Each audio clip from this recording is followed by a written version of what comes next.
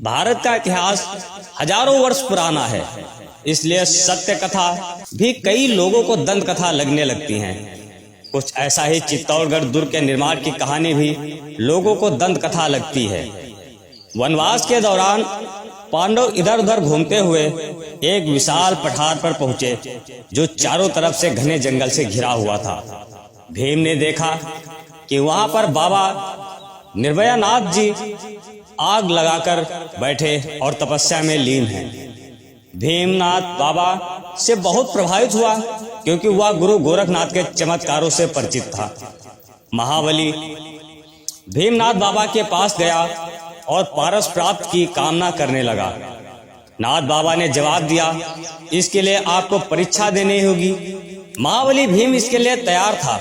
नाथ बाबा ने कहा, हे महाबली भीम, आपको एक रात्र में इस विशाल पठार पर दुर्ग का निर्माण करना होगा। यदि आप सफल रहे तो तुमको काया को कंचन करने वाला पारस मिल जाएगा। भीम ने नाथ बाबा को प्रणाम किया और काम पर लग गया। दक्षिण भाग को छोड़कर विशाल दुर्ग तैयार होने ही वाला था कि नाथ बाबा को इसका अंदेशा हो गया और उन्होंने अपने साथी से कहा, अभी महाबली भीम को पारस नहीं देना है, तुम उसको रोको। तभी महाबली भीम को मुर्गे की आवाज सुनाई दी, जिससे वह भ्रमित हो गया कि सुबह हो गई और काम अधूरा छोड़ नाथ बाबा के पास लौट आया। भीम को देखकर नाथ बाबा बोल पड़े, अभी तो दुर्ग का काम अधूरा है, फिर तुम कैसे आ गए?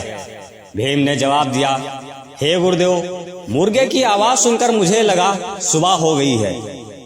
तभी वहां पर नाथ बाबा के साथी भी आ जाते हैं। नाथ बाबा ने भीम से कहा, यह आवाज तो मेरे साथी ने दी है। यह सुनकर महाबली भीम को बहुत क्रोध आया। भीम ने गुस्से में जोरदार लात दे मारी, पर एक बहुत बड़ा गड्ढा हो गया, जिसे आज भीमलत कुंड के नाम से जाना जाता है। धरती माता को लात मारने पर महाबली भीम को अफसोस हुआ और वह जमीन पर गिर पड़ा। जहां भीम गिरा वहां उसका घुटना लगने से बड़ा कुंड बन गया, जिसे आज भीम गोड़ी के नाम से जाना जाता है। इस ऐतिहासिक कथा से जुड़े स्थान आज भी चित्तौड़गढ़ दुर्ग पर विद्यमान हैं, जैसे भीमलत कुंड, भीम गोड़ी, बाबा निर्भयनाथ की तपस्थली और कुकड़ेश्वर महादेव मंदिर। आज चित्तौड़गढ़ दुर्ग का इतिहास के इस पहलू से भी इनकार नहीं किया जा सकता है। चित्तौड़गढ़ किले के द्वार। चित्तौड़गढ़ दुर्ग के ऊपर जाने के लिए कुल 7 दरवाजे बने हुए हैं। पहले दरवाजे का नाम पाटन पोल, दूसरे दरवाजे का नाम भैरव पोल, तीसरे दरवाजे का नाम हनुमान पोल, चौथे दरवाजे का नाम गणेश पोल, पांचवें दरवाजे का नाम जोरला पोल, छठे दरवाजे का नाम लक्ष्मण पोल और सातवें दरवाजे का नाम राम पोल है। इस किले की पूर्व दिशा में सूरत पोल भी है, जो किले का मुख्य द्वार है। सूरत पोल ही किले का मुख्य द्वार है, लेकिन रखरखाव के अभाव में इस पोल से होकर नीचे जाने वाला रास्ता अभी जर्जर अवस्था में है। चित्तौड़गढ़ शहर से किले पर जाते समय उपरोक्त 7 दरवाजों से होकर जाना पड़ता है। सातों दरवाजे अपने आप में चित्तौड़गढ़ दुर्ग का इतिहास समेटे हुए हैं। इन दरवाजों की बनावट और कलाकारी दर्शनीय है। भारत का सबसे बड़ा किला कौन सा है?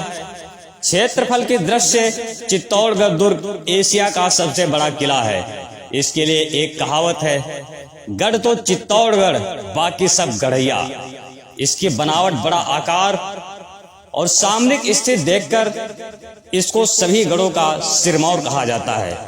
यह किला 691.9 एकड़ 280 हेक्टेयर में फैला हुआ है। जमीन से इसकी ऊंचाई लगभग 180 मीटर है। इस किले पर पहले 80 कुंड जलाशय थे, जिनमें से अब सिर्फ 30 कुंड बचे हैं। अतः चित्तौड़गढ़ का किला भारत का सबसे बड़ा किला है।